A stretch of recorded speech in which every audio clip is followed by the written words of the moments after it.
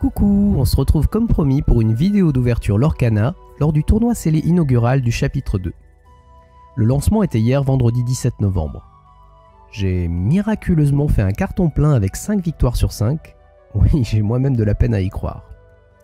Regardons ce que j'ai ouvert avec un premier retour d'expérience sur certaines des cartes sorties.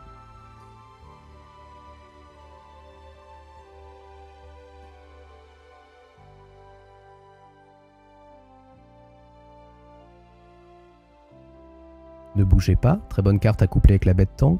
La bonne fée, je vais récupérer juste après une Cendrillon foil, mais je n'aurais vu ni l'une ni l'autre dans ma main durant la soirée.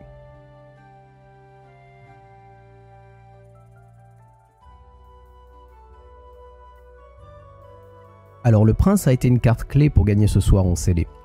Les solutions étaient peu nombreuses pour le gérer avec sa résistance plus 1, car il n'y a pas tant de cartes que ça sur les tours intermédiaires qui ont 4 de force. Sauf bien sûr si on rajoute des bonus offensifs avec des effets, des actions ou des objets comme on vient d'en voir passer. Un adversaire a quand même réussi à me le sortir rapidement grâce à une carte qui arrive dans le booster suivant.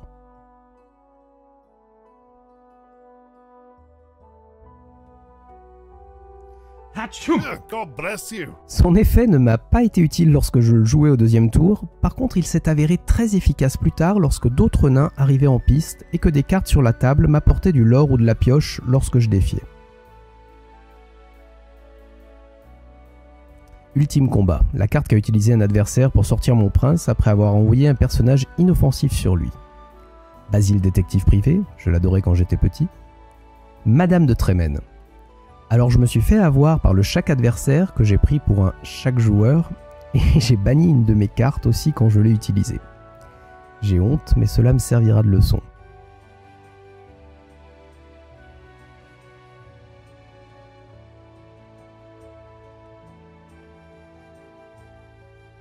Dormeur.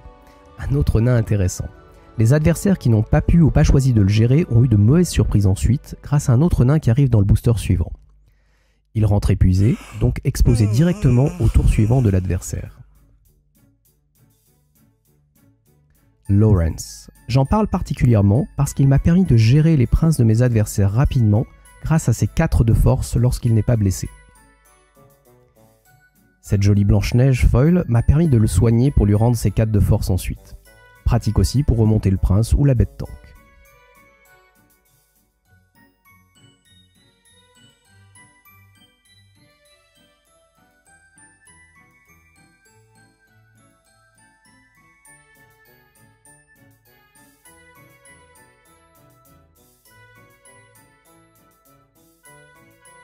Timide. Voilà la carte de volonté 5 qui m'a souvent aidé à lorer vite après avoir posé Hatchoum ou Dormeur autour d'eux. Sherkan, j'en ai bien profité pour lorer aussi. Et on peut voir notre toute première légendaire arriver, une Alice en pleine croissance. Alors je l'ai bien entendu mis dans mon deck, avec toutes les cartes que j'avais qui peuvent rajouter de la force en complément, mais je ne l'ai pas vu de la soirée, à étudier plus tard. Maintenant, commence le booster où la cartouche d'encre devait être à sec. Vous allez remarquer que cet hypnotisé n'a pas la couleur émeraude habituelle, il est très pâle, comme le coco lapin, et aussi Merlin. C'est moins flagrant sur les autres communes, mais ça a l'air d'être pareil. J'adore voir une très rare en premier slot, la suite ne peut être que sympa, et nous avons effectivement eu une deuxième légendaire. Par contre, même chose que pour Alice, je n'ai pas vu Mufasa sortir de mon deck de la soirée. Une autre foil rare, on prend bien sûr.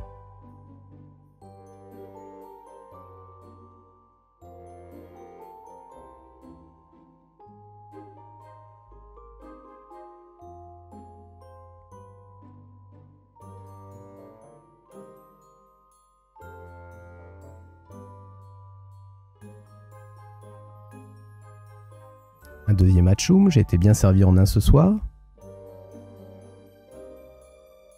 Un deuxième Timide. La Reine de Cœur est sortie à peu près dans toutes mes parties. Elle et Sherkan m'ont permis de piocher et de lorer de manière très consistante. La fameuse bête tank, un adversaire me l'a sortie en 2 tours en s'acharnant sur la dite Reine de Cœur et je n'ai pas pu soigner à temps. Passons tout de suite au résumé de cette ouverture. J'ai été très content de mon tirage sur 6 boosters avec 2 légendaires, 4 très rares dont une foil et 2 rares foils. Ça commence bien, d'autant plus que le deck que j'ai pu construire avec les cartes découvertes m'a permis de faire une soirée full victoire.